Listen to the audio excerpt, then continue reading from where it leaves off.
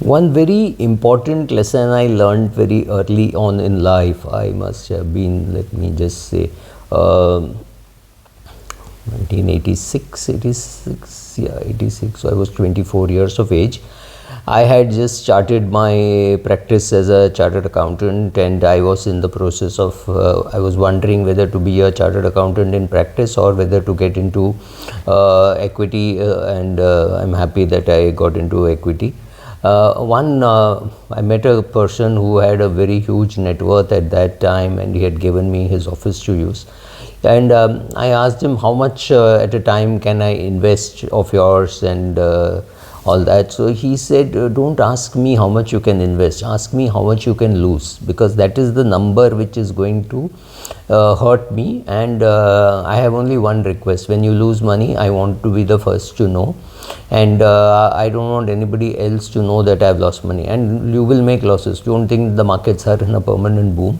You will lose money, and that time we will sit and discuss those things. Don't even tell me about the good news, just give me the bad news, right? So good news will anyway come to me. My daughter will find out, she'll tell me, the accountant will tell me so much dividends have come. All that is news which I don't want. I want problem news. I don't want. And he was a guy who was doing business in 7-8 countries, so he understood what he was saying. He's saying, so when you buy a share, you are hoping that it will go up, and you will have a stop loss, you will have some trading calls, you will have some investment call. So tell me whether it's a trading call, whether it's an investment call, how much money can I lose, and when will you cut losses? So when you buy a share at 100 rupees and the price falls to 80 rupees and your stop loss is at 70, will you strictly implement it? What are the rules by which you will play? And he did not want anything in writing. He said, that's for you to decide whether to give it to me in writing. I have a good memory, I will remember. So whenever you have losses, you tell me quickly, and you tell me this is the reason why we made this mistake, and cut losses. I learned cutting losses from him, not from my broker, who's even now he doesn't like to book losses. He would wait for 1 year and sell at the same price and say, I sold it at the same price. He does not look at opportunity loss at all. Whereas this guy was very clear that he said, if you are losing money, if you have a losing position, just tell me. That's it. I am the person who has to take the decision, or you take the decision. Both ways are okay. But when there are profits, that's fine, because what happens is, normally when I'm doing business, I realize that there are some things which my managers are trying to hide from me, and that hurts very badly in the longer run. Whereas in the short run, if he had told me, I would have cut my losses and moved on to another trade. So there's nothing wrong with trading or with investing, but tell me when things are going wrong, and tell me very quickly so that we can take action. So don't think that mistakes won't happen. Mistakes will happen. So he says, for any, and he is a successful businessman, and he had lost money. So it's just very important for people to realize quickly that this is a losing proposition.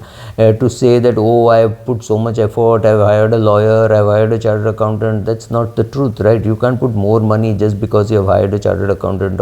So he told me that there have to be rules by which you work, and there will be times when after you sell it goes up, or after you buy it goes down. So it's perfectly all right with me that after I make my profits, if somebody else makes more profits, but you tell me why you're selling, why you're buying, give me the reasons, and that's it. I don't care how much. And his portfolio did very well. I have no clue what has happened to his portfolio now, but then a lot of his shares did extremely well. In fact, his equity portfolio was performing much better than many of his business portfolios.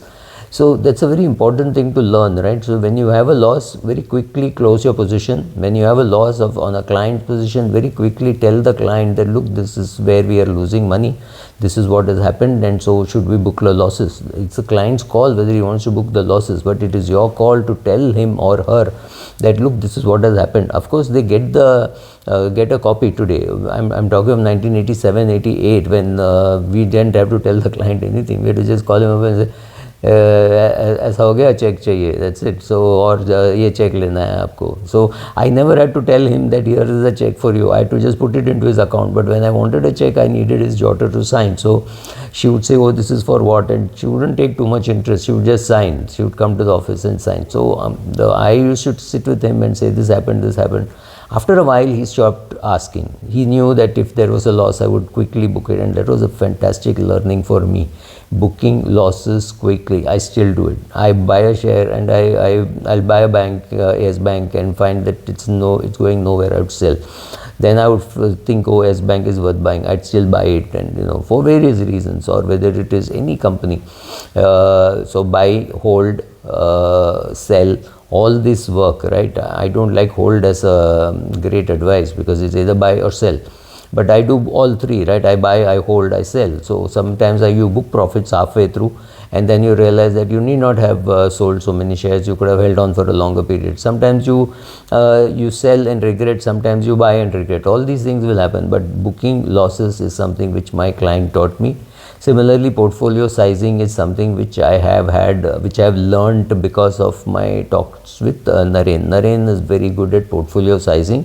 And every fund manager I've spoken to says portfolio sizing is a combination of art and science. So those are all things which are important to learn if you want to be decent in making money in the market.